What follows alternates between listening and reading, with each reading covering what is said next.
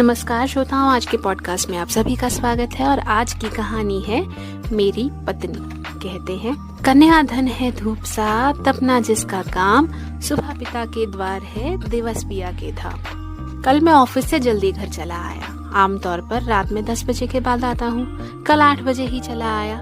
सोचा था घर जाकर थोड़ी देर पत्नी से बातें करूंगा, फिर कहूंगा कि कहीं बाहर खाना खाने चलते हैं। बहुत साल पहले हम ऐसा किया करते थे। घर आया तो पत्नी टीवी देख रही थी। मुझे लगा कि तब तक वो ये सीरियल देख रही है, मैं कंप्यूटर पर कुछ मेल चेक कर लेता हूँ।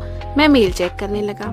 कुछ देर बाद पत्नी चाय लेकर आई तो मैं चाय पीता हुआ ऑफिस के काम करने लगा।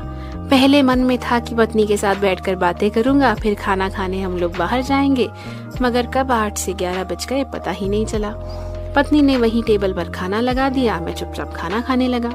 खाना खाते हुए मैंने कहा कि खाना खाकर हम लोग नीचे टहलने चलेंगे, गप्पे मारेंगे। पत्नी ये सुनकर बहुत खुश हुई। हम खाना खाते रहे। इस बीच मेरे पसंद का सीरियल आने लगा और मैं खाना खाते खाते सीरियल में डूब गया। सीरियल देखते हुए सोफे पर ही सो गया। जब नींद खुली तो आधी रात हो चुकी थी। तब थोड़ा अफसोस हुआ। थोड़ा नहीं, बहुत अफसोस हुआ। मन में सोचकर आया था कि जल्दी आने का फायदा उठाते हुए आज कुछ समय पत्नी के साथ बिताऊंगा, पर यहाँ तो शाम क्या आधी रात भी निकल गई। ऐसा ही होता है जिंदगी में। हम सोचते कुछ और है, होता कुछ है। हम सोचते हैं कि एक दिन हम जी लेंगे, पर हम कभी नहीं जीते। हम सोचते हैं कि एक दिन ये कर लेंगे, पर नहीं कर पाते। आधी रात को सोफे से उठा, हाथ मुंह धोकर बिस्तर पर आया तो पत्नी सारा दिन के काम से थकी हुई सो गई थी। मैं चुपचाप बेडरूम में कुर्सी पर बैठकर कुछ सोच रहा था। 25 साल पहले इस लड़की से मैं पहली बार मिला था। पीले रंग के सूट में मुझे मिली थी। फिर मैंने इससे शादी की थी। मैंने वादा किया था कि सुख में दुख में जिंदगी के हर मोड़ पर मैं तुम्हारे साथ रहूंगा। पर ये कैसा साथ है? मैं सुबह जागता हूँ, अपने काम में व्यस्त हो जाता हूँ। वो सुबह जागती है, मेरे लिए चाय बनाती है। मैं चाय पीकर कंप्यूटर के संसार से जुड़ जाता हूँ। वो नाश्ते की तैयारी करती है। फिर हम दोनों अपने काम में लग जाते हैं। मैं ऑफिस के लिए तैयार होता हूँ, वो साथ में मेरे लंच का इंतजाम करती है। फिर हम दोनों भविष्य के काम में लग जाते हैं। मैं एक बार ऑफिस चला गया तो इसी बात में शांत समझता हूँ कि मेरे बिना ऑफिस का काम नहीं चलता।